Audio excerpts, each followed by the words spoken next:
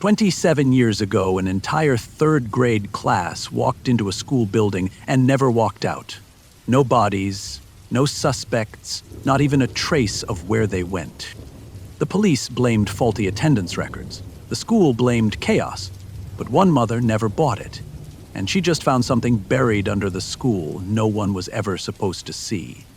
This isn't some ghost story passed down in a town with too many secrets. This happened. Officially, it's considered unsolved, buried under red tape and dusty microfiche. But today, you're going to hear what the news never dared publish, what was actually found after nearly 3 decades of silence. We're talking about 23 children, a substitute teacher, and a timeline that collapses the second you ask the right questions. Why were the security cameras off? Why did the janitor vanish the same day? Why did the principal resign 2 weeks later, move across the country, and change his name? This is a story of desperation, denial, and one woman's refusal to forget. Because when your child disappears, grief doesn't turn off. It turns obsessive. And when she picked up that rusted key in the flooded sub-basement, she had no idea it would unlock more than just a door. It would blow open the truth. So if you think you've heard every unsolved case on YouTube, think again. This one? No one talks about it because the people who should have solved it are the same ones who tried to bury it. Let's go back to the beginning. It was a cold, overcast Monday morning on October 17, 1998, in the small, sleepy town of Fairview Hollow. The kind of town that looked like it hadn't changed since 1950. The kind with a single grocery store, a local diner where everyone knew your name, and a school that looked more like a church than an institution of learning. Fairview Elementary sat at the edge of town, surrounded by a rusted iron fence and rows of yellowing maple trees that rattled in the wind. Inside room 3B, 23 third graders filled their desks, their tiny backpacks slung on their chairs, crayons spilling across tables, whispers and giggles bouncing between them. Their usual teacher, Miss Handley, was out sick that day. In her place stood Mr. Raymond Coltrane, a last-minute substitute whose file, later on, no one seemed to be able to locate. Coltrane was described by the few people who ever met him as quiet, pale, and strange. Not dangerous, just off. No one remembered hiring him. No one remembered calling him in. But somehow he had the keys to room 3B and a lesson plan already printed, and at 8:02 a.m. he closed the door behind him. That was the last verified moment anyone saw the class of 3B. The attendance log for that day? Filled out. Perfectly. Parents confirmed their kids got on the bus, the driver confirmed he dropped them off, they walked into that building, but by 3:15 p.m. when the final bell rang, not a single child or Mr. Coltrane could be found. The principal, Mr. Dunleavy, assumed a miscommunication. Maybe they went on a field trip? Maybe there was a mix-up? He called Ms. Hanley. She had no idea. Parents began arriving. Confusion turned into panic. One mother broke down in the hallway, screaming her daughter's name. Another ran through every classroom. Nothing. The police were called. The building was locked down. Every classroom, every hallway, the basement, attic, utility closets, all searched. Nothing. The buses were checked. Drivers interrogated. Still nothing. That night, news trucks rolled in. Helicopters hovered, and the entire town of Fairview was thrown into the kind of chaos that never really leaves. In the first 48 hours, theories exploded. Abduction, cult activity, mass runaway. Some believed the children were hiding. Others thought something worse. But the strangest part? No signs of struggle. No notes. No evidence. It was like they had just evaporated. And Coltrane? No record of him existed. No teacher's license, no background check. His name wasn't even in the district sublist. The school staff insisted they never contacted him. His apartment, a rental listed under a fake name, was found abandoned, his belongings stripped, as if he had never planned to stay. Still, no one could explain how 24 people disappeared from a locked classroom with barred windows and a single exit. The surveillance cameras, conveniently, were under maintenance, and the security guard had called in sick. What followed was a town-wide search operation involving volunteers, dogs, and FBI agents. Fairview's surrounding woods were combed inch by inch. Nothing.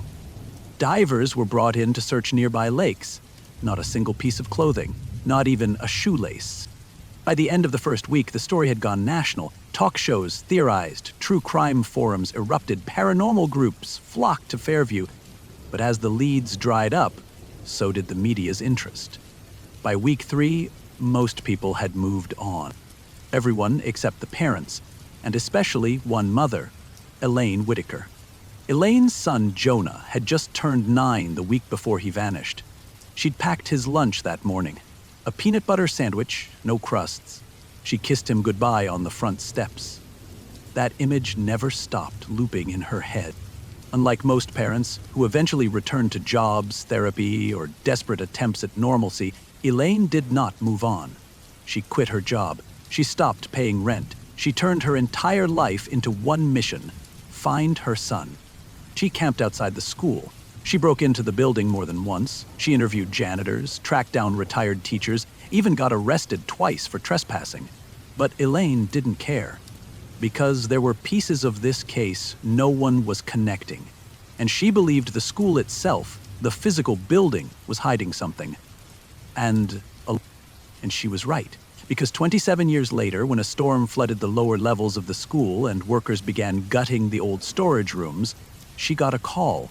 And what she found down there changes everything. Within 48 hours of the children vanishing, the Fairview Police Department had issued an Amber Alert.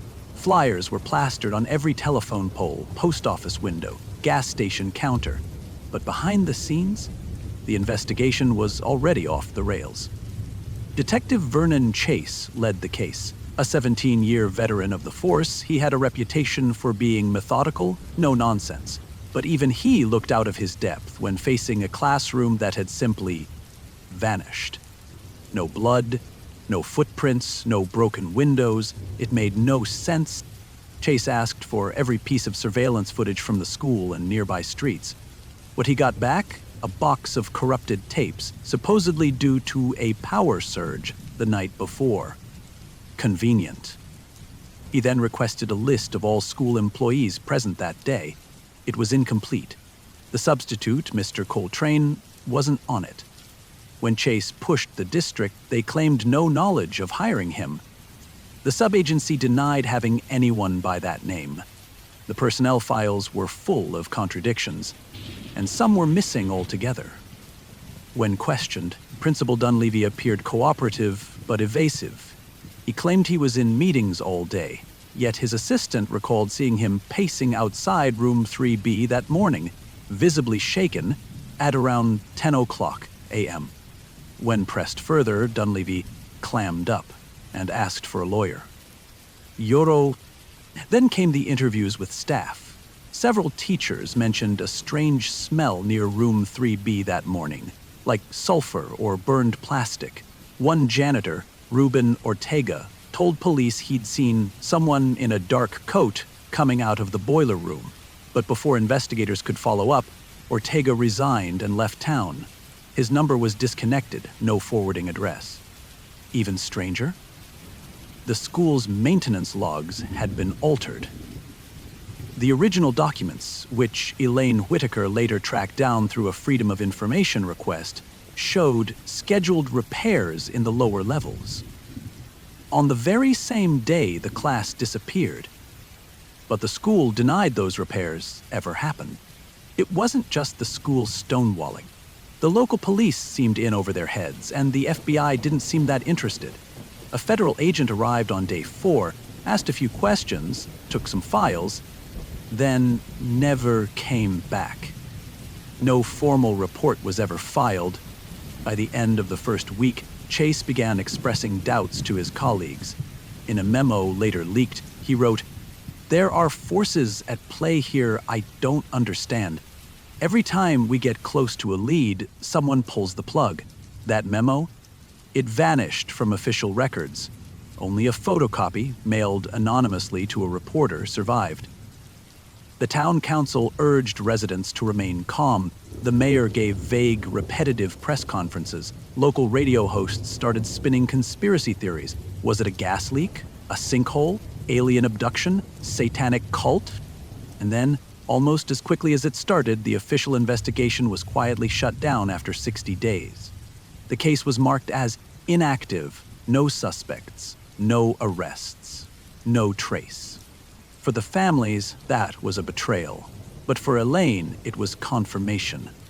Someone wanted this story dead. Because just 2 weeks later, while going through a stack of discarded case files at the police department, thanks to a sympathetic clerk, she found something odd. A torn page from a notebook with a single line scribbled in frantic handwriting. Checked the old furnace room. It goes deeper than it looks. Elaine brought it to the police. They dismissed it, said it was probably a prank, but she couldn't let it go because room 3B sat directly above the furnace room. And according to the original blueprints of the school, obtained years later, there wasn't supposed to be a furnace room at all. By the end of that year, Fairview Hollow wasn't the same town anymore. The once idyllic little community, where people left their doors unlocked and neighbors waved to each other on porches, was gone. What replaced it was a place choked by suspicion, grief, and paranoia. Churches began holding nightly vigils. Parents refused to send their kids to school. Some pulled out of the district entirely. A local pastor publicly claimed that children were taken as punishment for the town's sins, that something unholy had awakened beneath the school. Local businesses suffered. The diner, once packed with morning coffee drinkers, sat half empty. Conversations in barbershops and bakeries became tense, whispery. Everyone had a theory, but no one had proof.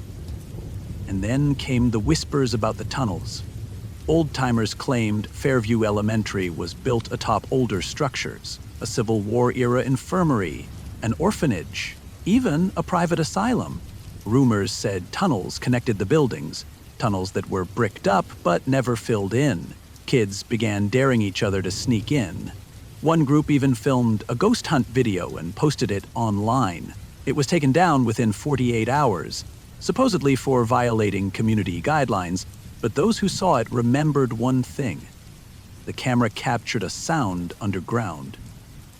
Screaming. The mayor, visibly aged by stress, called it mass hysteria. He dismissed the idea of tunnels as local folklore. But Elaine Whitaker? She started buying blueprints, maps, old records, and slowly something started to come together. A network of foundations, sealed doors, incomplete construction permits. Meanwhile, other parents started receiving anonymous letters. Some contained drawings, crude, childlike scrawls. Others had burned corners like they'd been rescued from a fire. One envelope had a key. The police dismissed them as hoaxes, but the parents felt different. There was one drawing, clearly labeled 3B, that showed a room underground, a stairwell, and what looked like cages. It was around this time that the school board quietly voted to shut down room 3B permanently. They cited structural damage, but no repairs were made. In fact, they sealed the room entirely with brick and mortar. Elaine was arrested trying to chip through it one night with a hammer. The media briefly reignited their interest after that stunt, but most coverage painted Elaine as unstable. Local papers referred to her as the basement mom, but she didn't care because she'd found a name. Raymond Coltrane. Not the fake ID version, the real one. Thanks to an anonymous tip, an envelope stuffed into her mailbox at 2 a.m., she was directed to a birth certificate and a psychiatric evaluation from 1982. Coltrane had once been institutionalized as a teenager, diagnosed with severe dissociation, auditory hallucinations, and an obsession with underground spaces, specifically basements. But the trail went cold again. No address, no social security record. He had vanished into thin air after the day he walked into room 3B. The town continued to decay. More families moved away. Those who stayed lived under an unspoken rule. Don't talk about the school. Don't ask questions. Just let it go. But Elaine never did. And then, 27 years later, when construction crews were gutting the flooded sub-basement after a pipe burst, she bribed her way inside. What she found wasn't just a forgotten furnace room, it was something much, much worse. Elaine always had a knack for digging through the things people didn't want found. While most parents had long given up, moved, remarried, or simply broken under the weight of grief, Elaine was knee-deep in public records, yellowed microfilm, and old boxes stacked in the back corners of libraries no one visited anymore. In a dusty room at the Fairview County Records Building, she stumbled across a thick binder misfiled under Utility Compliance 1971.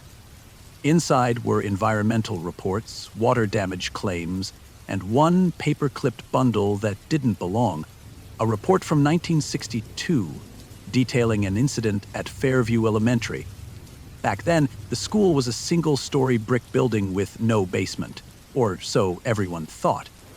The document described a classroom, Room 1A, that was temporarily shut down after students complained of nausea, headaches, and hearing whispers from the air vents.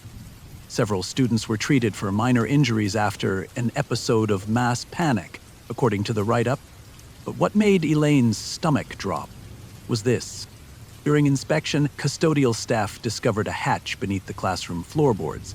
Initial assumption was a maintenance crawl space. Further excavation revealed an unauthorized staircase descending approximately 40 feet underground. The document abruptly ended after that sentence. The next page was missing.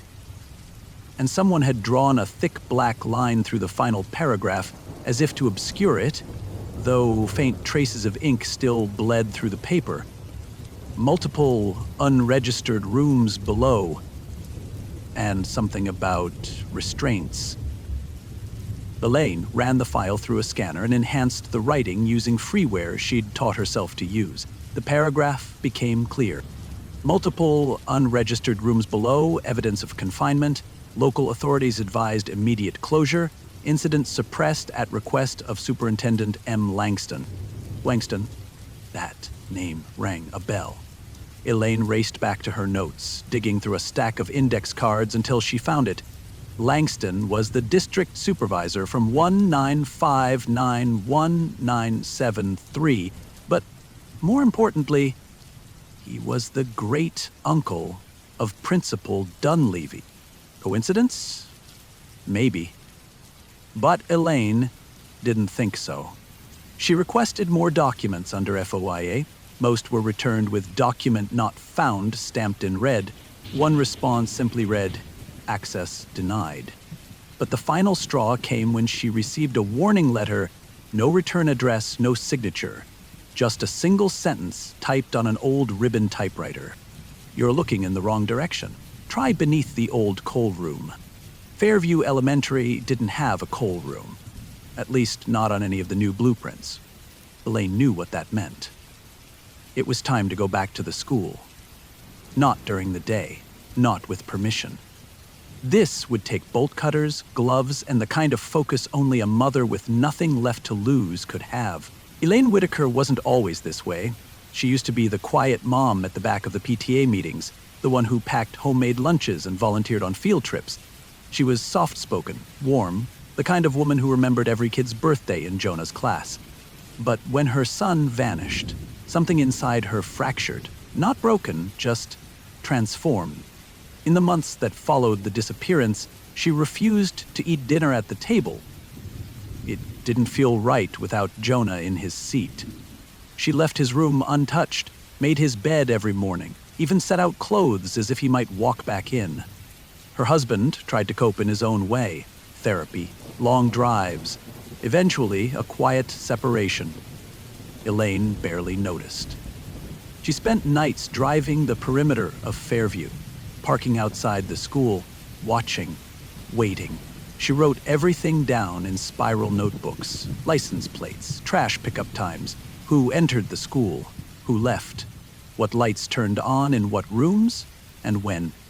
Then she started building her own archive. Dozens of storage bins packed with photocopies, maps, and timelines. Newspaper clippings filled one wall. Another held photographs, string, thumbtacks, pins connecting people, events, and places.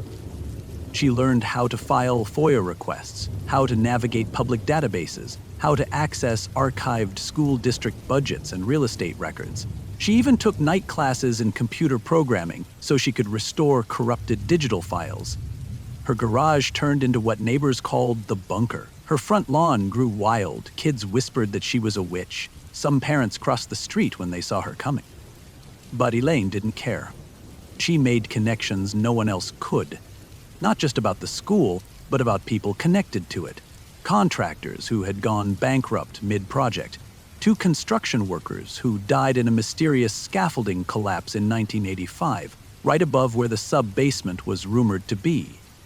She interviewed a former lunch lady who remembered a weird little hallway behind the freezer in the kitchen, a hallway that was sealed up and tiled over one summer without explanation.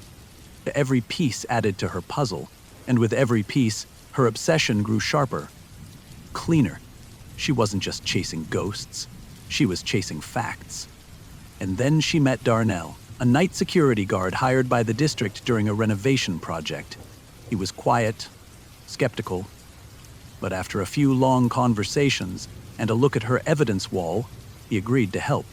He brought her blueprints. He let her into the building after hours. He showed her something no one else had seen since 1999. A narrow, rusted elevator shaft sealed behind a metal locker in the gym storage room. It didn't work anymore, but it went down, further than any basement should have. Elaine tried to report it. The police shrugged. The school board said she was misinterpreting things, though she went down herself. With a headlamp, gloves, a crowbar, and a small camera, she entered the old shaft through the narrow crawl space Darnell had cleared.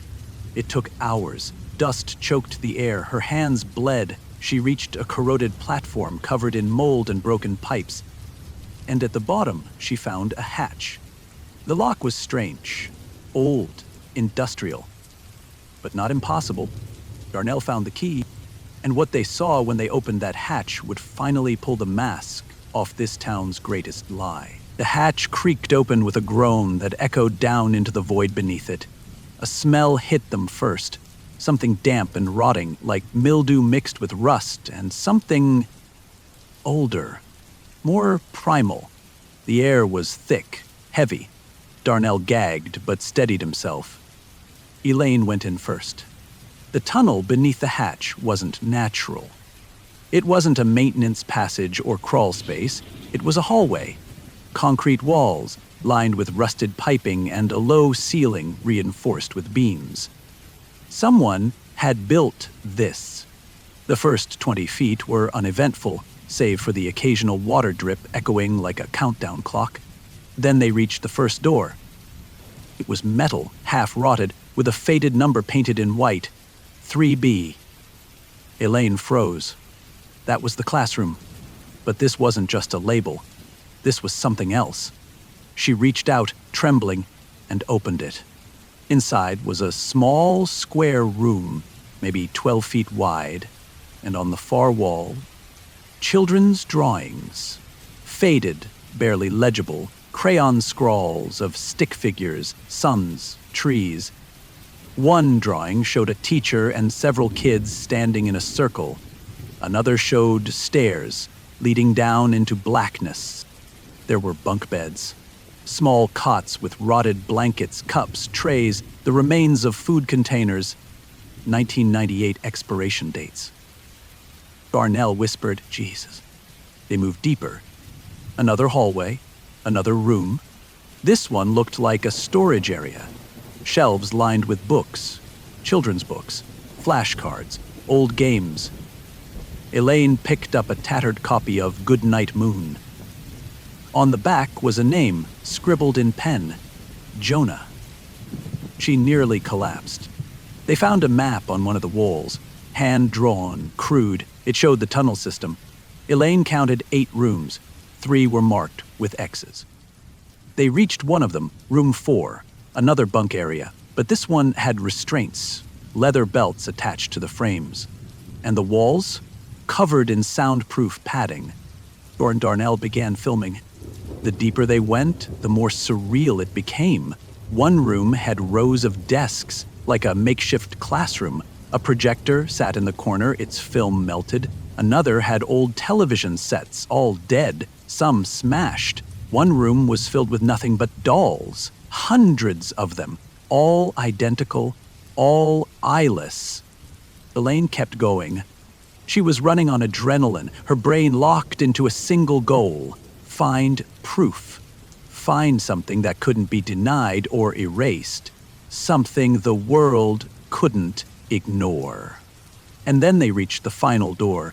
Heavy steel. Unlike the others, this one had no handle, just a slot, like a mail slot at chest height. She looked at Darnell. He nodded. They pried it open. Behind it was a chamber, larger than the others. Industrial lights hung from the ceiling, long dead. The walls were lined with observation windows, and at the center, a chair. Not just any chair, a medical chair. Straps on every limb, a metal basin beneath it. Elaine didn't need to guess what it was for. They found drawers of documents in the corner. Most were water-damaged beyond saving, but some pages were readable. Test logs, behavior reports, references to subjects, names redacted. But one line stood out. Subject J17 remains nonverbal, responds only to voice of subject C1. Project Fairview, Phase 2, suspended indefinitely. Elaine felt her stomach twist. J17, Jonah, age 7, subject C1. Could it be Coltrane? They heard something then. A faint sound. Not footsteps. More like movement, a dragging noise from the far end of the tunnel. Darnell killed the light. They listened. Breath held. Silence returned. Elaine whispered, "We need to leave, now." They backed out slowly, retracing their steps, hearts pounding until they reached the shaft. They sealed the hatch, they climbed, they emerged into the cold night air, shaken, drenched in sweat, lungs full of dust. Elaine looked up at the building above her, that innocent red-bricked school, and she knew. Fairview wasn't just hiding secrets, it was built on them. Elaine didn't sleep that night. After she and Darnell escaped the tunnels, she went straight to her garage and started laying everything out. Photos, notes, the scraps of paper they found. She uploaded the footage to 3 separate drives and hid each in a different place. She wasn't being paranoid, not after what she saw. 2 days later, she got a knock on her door. A man in a suit. Not police. Not FBI. No badge. Just a smile that didn't reach his eyes. And a file folder he never let her touch. He told her she was getting dangerously close to misinformation, that she should leave this alone for the sake of the community. Elaine told him to get off her porch. She didn't see him again. But that same night, one of her backup drives went missing. She knew they were watching, so she doubled down. She published a blog, anonymously. She uploaded the tunnel footage under a fake name. It spread like wildfire. Conspiracy forums exploded. Parents of the missing kids reached out to her. Some had been waiting years for someone to pick up the trail again. When parent Mark Delaney said something that stuck with her. When Jonah was in class, he used to talk about the other school downstairs. We thought it was just make-believe. Elaine went back to the documents. Back to the term that haunted her. Project Fairview. It wasn't a school initiative. It was a private research project, one contracted by a now defunct defense contractor named Wexler Kent Technologies. She traced the funding trail through shell corporations and public grant reports, and what she found was horrifying. Project Fairview was a behavioral conditioning experiment, designed for children, meant to explore environmental manipulation in isolated subjects. In short, underground facilities meant to simulate long-term captivity and test how young minds adapted. Elaine was sick to her stomach. The original goal had been military resilience training, but when ethical boards started asking questions in 1981, the project was shelved. Or at least it was supposed to be. But someone kept it going. Someone rebuilt it beneath Fairview Elementary. With kids. Real kids. Coltrane wasn't a substitute teacher, he was part of the project. Maybe even one of the original test subjects, Subject C1. That's why there were no records. That's why he vanished. And that's why the children responded to him. But why did they never leave? Elaine found one last file, an internal memo, faded, torn, almost unreadable, but one sentence sent chills through her spine. Complete reintegration unlikely, conditioning irreversible after 72 hours. Subjects exhibit strong dependency on simulation environment. Removal may induce fatal disassociation. They couldn't leave, not because they were trapped, because they didn't want to, or worse, because they no longer knew how. Elaine couldn't keep what she found to herself any longer. The footage was online, yes, but that wasn't enough. She needed the world to look, to care, to force someone, anyone, to act. She contacted 3 national journalists. 2 ignored her. 1 called back, then ghosted her after a courtesy review. Days later, their site published an article mocking underground school conspiracies. But Elaine wasn't playing games, so she did the only thing left. She contacted a state senator, and to her surprise, the senator listened. Quietly, carefully. He didn't say much, but within 48 hours, Elaine received a call from a task force, a new one. This time, they were serious. Or at least, they seemed to be. On a cold March morning, Elaine met them back at the school. She showed them everything. The shaft, the crawl space, the hatch. And that was when the first blow hit her in the gut. The hatch was gone. Not just sealed, not hidden, gone. Covered with fresh cement, polished smooth like it had never been there. The walls of the tunnel, demolished. Pipes rerouted. New lights, new tiles. Clean. Renovation, they said, just routine updates. Elaine lost it. She screamed at them, cried, begged them to listen. She pointed to where the rust marks had been, showed them where the vent had warped, brought out photos. But the task force just exchanged glances, took a few notes, promised to look into it. 2 days later, the blog was shut down. Her email accounts locked. Her footage scrubbed from every platform, even backup mirrors, gone. Like someone had flipped a switch. Then came the letter. Delivered by hand, no return address. Just one line. You had your chance. Do not return. She tried to reach Darnell. He was gone. His apartment empty. No forwarding address, no trace. Elaine was alone again. And yet, they'd made a mistake. Because they forgot something. Buried in the dust and debris of the chamber, beneath a rusted desk drawer, Elaine had found one more thing. A tooth. Small, human, with dental sealant. She took it to a private lab. The DNA match came back 2 weeks later. It was Jonas. He had been down there. And that meant so were the rest. It's one thing to uncover a mystery, it's another to realize someone deliberately hid it and had the resources to erase every trace. Elaine had reached that point. The cover-up wasn't just theoretical now, it was active, it was aggressive, and it was working. But who was behind it? It began with the obvious suspects, the school district. But by then, the original administrators were mostly gone, retired, moved. One had died under mysterious circumstances in 2004. Carbon monoxide poisoning in a closed garage. Ruled a suicide, no note. Next came the contractor records. Elaine cross-checked every company that had ever done work on Fairview Elementary. Most were legitimate, but one name kept popping up. A shell company listed only as BRT Holdings. They had no phone number, no website, no tax ID, but their signature was on documents dating back to 1987. Through months of digging, she traced BRT Holdings to a defense logistics firm with government ties, the kind of company that exists to not be found. Then came the real shocker. One of the board members of that firm? Martin Langston Jr., the nephew of Superintendent Langston. The same Langston who suppressed the first tunnel discovery in 1962. It was generational.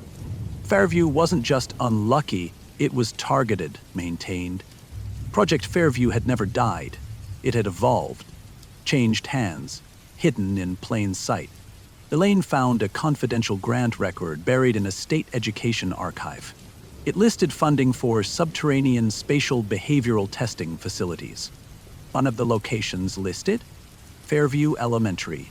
The grant had been signed off by a panel of 3 names. One of them was now a state senator, the same one who had helped her, or pretended to. She was being played from the start. Every step she took, someone had been watching, guiding, cleaning up behind her. She knew then that justice, the kind she'd hoped for, wasn't coming. There would be no arrests, no headlines, no public reckoning. But there could be one thing: truth. Because buried in that maze of lies and silence, in a folder she'd stored in a bank safety deposit box under a fake name, were enough names, signatures, and evidence to expose everything. Not to the authorities, not to the schools, but to us, to anyone willing to see it. And if you're watching this video right now, it means she got it out. It means she was one step ahead. Elaine knew there had to be something she missed, one more piece that tied everything together. So she retraced everything, every blueprint, every file, every inch of the footage, and then it clicked. One of the maps they found during the break-in, the crude one drawn in crayon on the wall, had a mark near the northwest side of the tunnel. It had looked like just a smudge at the time, but now, enhanced and overlaid with the school's original schematics, she realized it lined up perfectly with an unused utility access cover behind the school. No one had ever thought to check it, so she did. It was jammed shut with rust. Took her 2 hours, a crowbar, and a bloodied hand to get it open. Inside, another tunnel, smaller, claustrophobic, but real. She crawled through. And at the end, she found it. A hidden chamber, older than the rest, brick-lined, black mold curling along the ceiling. At the center was a trunk. Inside were tapes, old-school VHS tapes, each labeled with a single date. She took one home, played it. What she saw made her scream. Children, in uniforms, standing still, silent. Coltrane's voice, unmistakable. Speaking commands. Some kids obeyed, some resisted. Those who resisted were dragged away. Screams. A loud hum, cut to static. The date on the tape? October 16th, 1998, the day before they vanished. She watched another, and another. It was all there, the so-called training exercises, the feeding schedules, the punishments. She made copies, dozens, mailed them to trusted contacts across the country, hid others. And then she disappeared. No note, no message, no trace. But the day after she vanished, her final message was posted from a pre-scheduled Dropbox online. A 17-minute video, her telling everything, crying, naming names, showing the tapes, begging the public not to forget. It ended with one line: "They thought I'd give up, but I already lost everything. So what more can they take?" Blindness. The video went viral. Mainstream media tried to discredit it, but it was too late. Copies were everywhere. Reddit, forums, pirate sites, thousands of people watched. People started digging, investigating. Whistleblowers came forward. Anonymous tips poured in. Within weeks, the school board's president resigned. 2 retired officials were subpoenaed. The state senator who had tried to silence Elaine, he stepped down amid an ethics investigation. The FBI was forced to open a formal inquiry. And then someone found it. A burial site. Deep in the forest outside Fairview, 23 small graves, unmarked, shallow. DNA tests confirmed what Elaine had feared most. They were the missing children, and Jonah was among them. There was no Coltrane. Not anymore. His name was fake, his records scrubbed, his trail vanished years ago. But the facility? It was real. The project? documented. The cover-up? Blown open. Elaine's truth had scorched its way through the silence. Conclusion. The town of Fairview doesn't speak about the incident. The school building was demolished. A plaque sits where it once stood, but it says nothing about what happened, just a vague line in memory of those we lost. But we know, you know, because Elaine made sure of it. The truth doesn't bring Jonah back or the others. It doesn't erase what they went through, but it exposes the lie. And sometimes, that's all that stands between silence and justice. This wasn't a ghost story. It was a cover-up, a crime, a wound in history. And thanks to a mother who refused to forget, now it will never be buried again.